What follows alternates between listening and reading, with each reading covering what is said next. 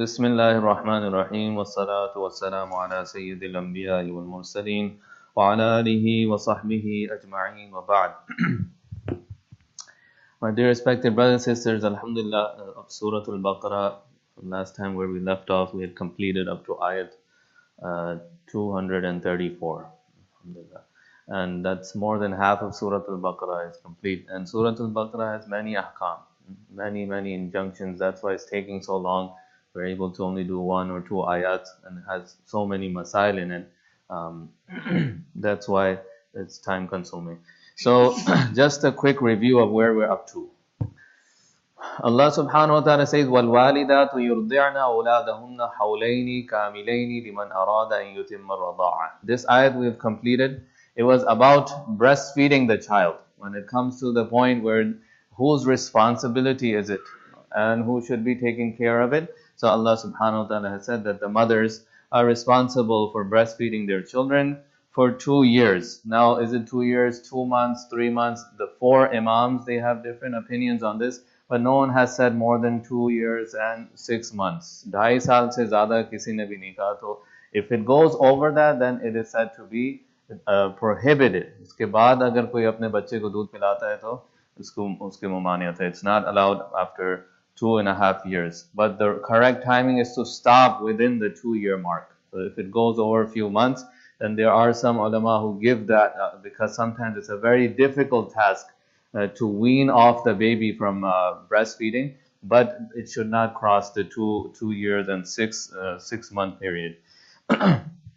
We also discussed that after nikah, the masail which are discussed in Surah Al-Baqarah are about talaq. And in detail, we've already had sessions about the types of talaq and what happens in the consequences of halala. If one talaq happens, what happens? So all of that in detail we've already discussed. So these talks of tafsir are being uploaded. You can go on the website, you can listen to them. That's why it's connected, each of them. If we're just joining or we have not listened to them, it's good to understand the context of the ayat. Okay, where are we up to? Now Allah subhanahu wa ta'ala is turning from one masla to another. What's the reason behind this? So to tonight's ayat, we are going to start from 234. Allah subhanahu wa ta'ala says, وَالَّذِينَ يُتَوَفَّوْنَ مِنْكُمْ وَيَذَرُونَ أَزْوَاجًا يَتَرَبَّصْنَ بِأَنفُسِهِنَّ أَرْبَعَةَ أَشْهُرٍ وَعَشْرًا. Now, before we go into translating this verse, some of the things that were important in last time's dars were لَا تُكَلَّفُ نَفْسٌ إِلَّا وُسْعَهَا. Nobody is made responsible more than their capacity. किसी को भी उसकी गुंजाइश से ज़्यादा तकलीफ नहीं दी जाती. And तकलीफ doesn't mean to hurt someone. It means to make somebody responsible. किसी के ऊपर अल्लाह ताला कोई मसला डालते नहीं है जब तक कि उसके अंदर वो क़ुव्वत ना हो और वो इस्तिताअत ना हो उसको पूरा करने की. So every time that there is injunction of Allah subhanahu wa ta'ala related to somebody, that means they have the capability within them to fulfill it. That's what it basically means. So if somebody cannot do something, is he mazur or something, if he has a valid uzr, then in many cases the injunction itself gives a lot of concession and they're off the hook. لا تضار والدة بولدها ولا مولود له بولده. In the case of breastfeeding, it should not be that so much money is being offered to get another woman to pay and the husband cannot afford it. In the same case, if the woman is feeling sick, she should not be forced to go ahead and breastfeed the child. Instead, the husband should find another woman that can easily breastfeed the child and get paid for it. There's nothing wrong with that. So in both cases, the will of the husband and the wife has to be on a mutual understanding between them. وَعَلَى الْوَارِثِ مِثْلُ ذَلِكَ. Now, if a child is an orphan, there is no parents, then what? In that case, that they will look at those that are the relatives of the child. अगर बच्चा यतीम होता है तो फिर कौन उसको संभाले, कौन वो दूध पिलाएगा? तो हम ये देखेंगे कि अगर बच्चा मर जाए तो उसके वारिस कौन है? तो वो वारिस जिसको ज़्यादा मिलेगा उसकी जिम्मेदारी भी फिर ज़्यादा है, जिसको कम मिलेगा उसकी जिम्मेदारी भी कम है. That's how it is distributed, that if that child were to die, who would be his inheritors?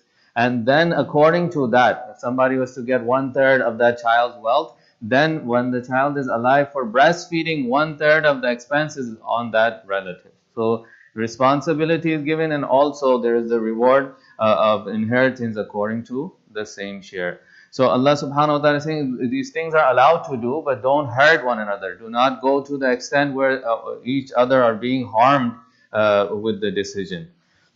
Now continuing from ayat 234, وَالَّذِينَ يُتَوَفَّوْنَ مِنْكُمْ, those that have passed away from amongst you, وَيَذَرُونَ أَزْوَاجًا يَتَرَبَّصْنَ, and they have left behind their wives, يَتَرَبَّصْنَ بِأَنفُسِهِنَّ أَرْبَعَةَ أَشْهُرٍ وَعَشْرًا, those wives will stay in a waiting period for 4 months and 10 days. वो जो तुम में से फौत हो जाएं और बीवियां छोड़ जाएं, तो वो बीवियों को चाहिए कि 4 महीने 10 दिन इद्दत गुजारें. This is the masla that we're discussing today about the iddat of a widow, a woman whose husband has passed away. So we've already talked about a woman who has been divorced, a woman who is pregnant and she's divorced. So there's different times for each of them. If a woman is pregnant and she has been divorced, then her time of iddat is basically until the child is born. Once the child is born, then she can go ahead and remarry. And then there are the women who do not have monthly cycles anymore. So for them, there is the 3-month period. They will not go according to the 3 cycles, but they will go through the 3-month period.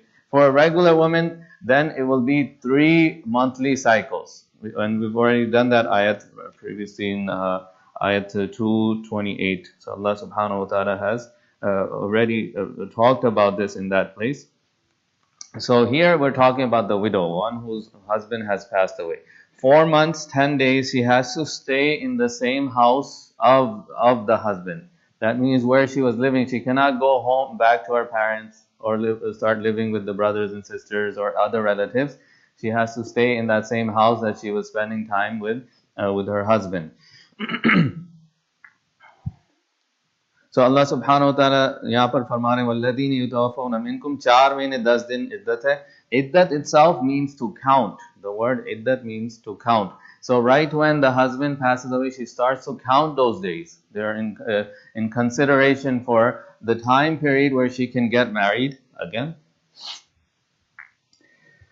So during the iddat, now there are some instructions for the woman. She cannot adorn herself. She cannot beautify herself. She's sitting inside that home in that same place where the husband has passed away. It doesn't have to be one particular room. Some people have this misconception that she has to stay in the room. She cannot come out of the room or go in the balcony. That's not it. You have to be living in that house for that amount of time.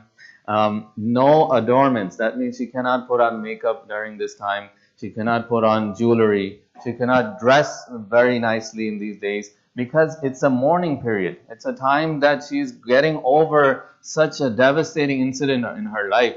So she should not be preparing herself. And all of that adornment that used to be done, it was for the husband. पहले जो तैयार होना था वो सारा शौहर के लिए करते थे. तो अब शौहर नहीं है, तो अब इतनी मुद्दत तक ये चीजें नहीं होनी चाहिए. That she is not allowed to leave the home without an extreme need of going out. And we'll discuss those inshallah later on. But in general cases, the same house that she was living in, and for 4 months, 10 days, she should not leave from there. She should not adorn herself or beautify herself, wear jewelry, or anything that may attract somebody towards her. All of that will be prohibited in this time period. So Allah subhanahu wa ta'ala then says, فَإِذَا بَلَغْنَا أَجَلَهُنَّ. ये बहुत छोटा तो नहीं है, नजर आ रहा है? We might have to, for those in the back, we can zoom in. So कोशिश करें कि when we do the tarjuma, the sisters as well, they should try to focus on the Arabic words, that what is Allah subhanahu wa ta'ala saying now. Here it's very clear, وَالَّذِينَ يُتَوَفَّوْنَ مِنْكُمْ, those that have passed away from you, وَيَذَرُونَ, and left أَزْوَاجًا, wives, يَتَرَبَّصْنَ, those wives will wait, بِأَنفُسِهِنَّ, with themselves, أَرْبَعَةَ أَشْهُرٍ, 4 months, وَعَشْرًا, 10 days. 4 months, 10 days. فَإِذَا بَلَغْنَا أَجَلَهُنَّ, when that time period is complete, now 4 months, 10 days is now come to an end, فَلَا جُنَاحَ عَلَيْكُمْ فِي مَا فَعَلْنَا, there is no sin on you, فِي مَا فَعَلْنَا, if they do something فِي أَنفُسِهِمْ, for themselves. This basically means that after the iddat period, now they want to get married, so there's no sin on you. That is nothing, it shouldn't bother you that if they want to go ahead and get married, but it should be done bil ma'ruf, according to the correct way of getting married. shouldn't have prohibited actions in there. Wallahu bima ta'maluna basir. Allah knows what Allah is well aware of what you do. जो तुम करते हो वो Allah अच्छी तरह से उसको खबर रखते हैं. So why is this? فَإِذَا بَلَغْنَا أَجَلَهُنَّ فَلَا جُنَاحَ عَلَيْكُمْ. In usual customs, what happens that if the woman is elderly, people, they discourage her. They say, don't get married. What will people say? You're going to get married in this age? लोग क्या कहेंगे और लोग क्या समझेंगे? This happens a lot in the society. So many of the ayat you'll see that Allah subhanahu wa ta'ala is instructing according to that. That people might raise their fingers on her that, okay, she has kids that are so old, and why is she getting into marriage? Because today we look at marriage as something to fulfill our desires. That's it. But marriage itself has many, many benefits. There's companionship, especially in the elderly age. To have somebody there with you is better than just looking for your children to support you. If you have your own wife there, or the wife has the husband, no one can support in that way in all aspects of the life. So Allah subhanahu wa ta'ala here is saying that you shouldn't be bothered by it. तुम लोगों को कोई एतराज नहीं होना चाहिए कि अगर वो अपने खैर ख्वाही के लिए कुछ करने जाएं तो वो तरीके से करें तो बिल्कुल ठीक है. So after the iddat, she can go ahead and remarry, and no one should object to it unless she is doing something haram. She is doing something wrong, it's against the Islamic way, then people should instruct her not to do so. Wallahu bima ta'maluna khabir. Whatever you do, Allah is well aware of that. How do they count the days of iddat? Let's say that if the husband dies today and tomorrow a new month is to start. It's a night of a new moon. Remember, all the injunctions of Islam, they basically go with the lunar calendar, right? So if it's the new moon is starting tomorrow, then she's going to, according to the lunar calendar, she will count 4 months, 10 days. But if he doesn't die on the night of the new moon, but it's a regular day, it's in the middle of the month, then 130 days have to be counted for the iddat. 130 दिन iddat के बनते हैं, ये 4 महीने 10 दिन. And then that same day when it comes up, and that same time, let's say he passed away at 8 o'clock, and now after the 130 days, 130th day on 8 o'clock, her iddat will finish, like that. So this is something that if we know somebody that's involved in it, they have to immediately be instructed. Many of our people, they don't know what to do when the iddat time comes. Some I've noticed that the time of iddat has passed, then they understand that, oh, we were supposed to do iddat. So it starts immediately after the husband's passing away.